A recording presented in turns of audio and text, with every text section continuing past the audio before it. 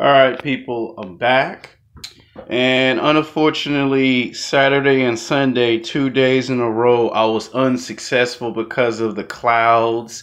I was going to interview 2 to 4 men about being sexually frustrated and what happens when women play mind games. So I decided to give you a little early Thanksgiving treat.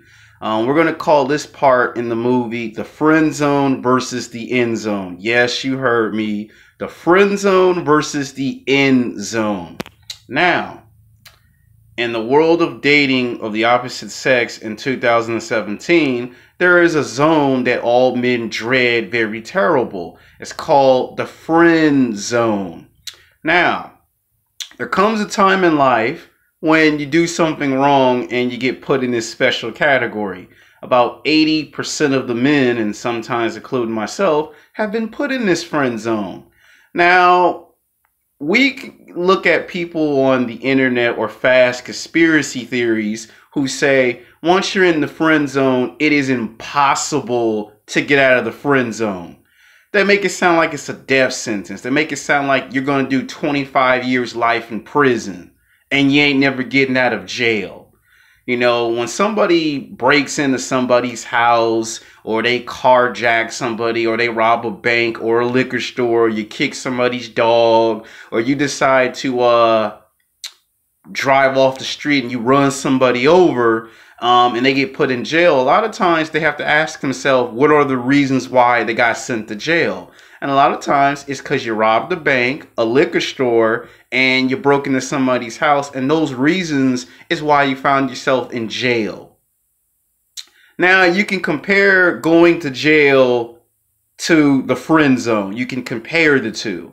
Now, we all know a professional basketball player by the name of Michael Jeffrey Jordan, one of the greatest professional basketball players of all times.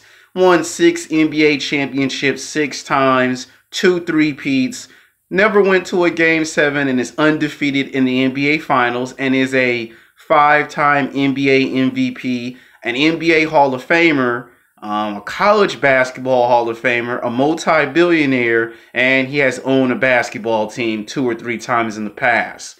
But before he was in the NBA, he got cut from the junior high basketball team. When he played in high school and when he played in college, Michael Jordan played at North Carolina for about 2 to 3 years before going into the NBA draft.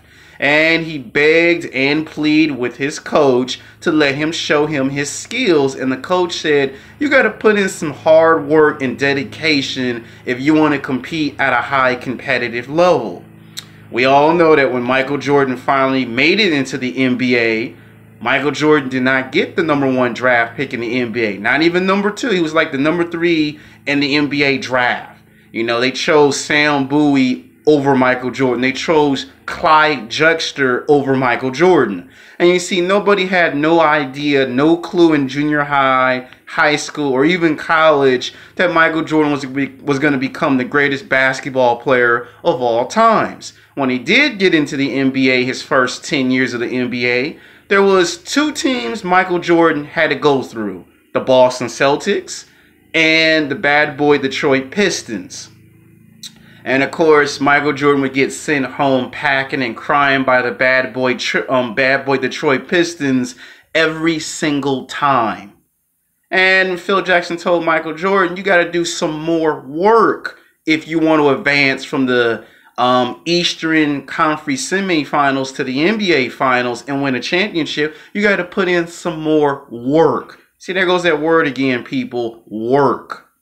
We also know another athlete, Tom Brady, one of the greatest professional football players of all times. He won 5 Super Bowls, went to the Super Bowl 7 times, and basically we know his story. Tom Brady didn't get the #1 pick in the NFL draft. Not even #2, not even #3. In fact, he was either in the 3rd or in the 4th round of the NFL draft. See, nobody in the NFL knew how good Tom Brady was. Tom Brady helped a lot of guys that sat the bench and have them go from the friend zone to the end zone.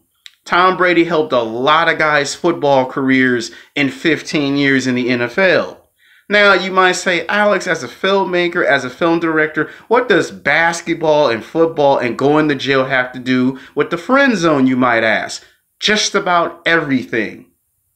Now, a lot of times when women reject you, it's because you're too short, you're fat and out of shape, you're not physically, sexually attractive, you ain't got no house, no car, no job, or you might have a house, you might have a car, you might have a job, you might have some game, but you don't have enough game. You might have some money, but you don't make enough money, and those are all reasons on why you get rejected and you get put in the friend zone.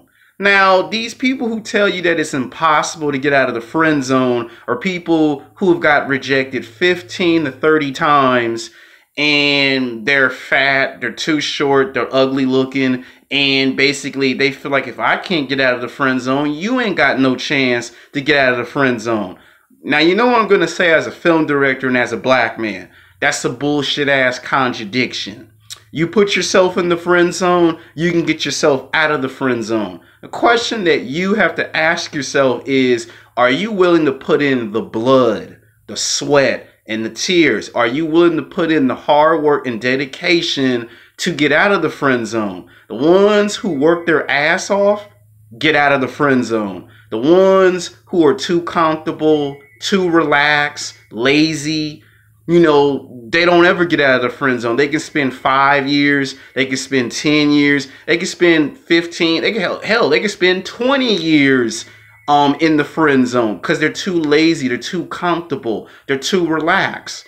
And if you hear somebody say something like, what's the word I'm looking for? Hold on.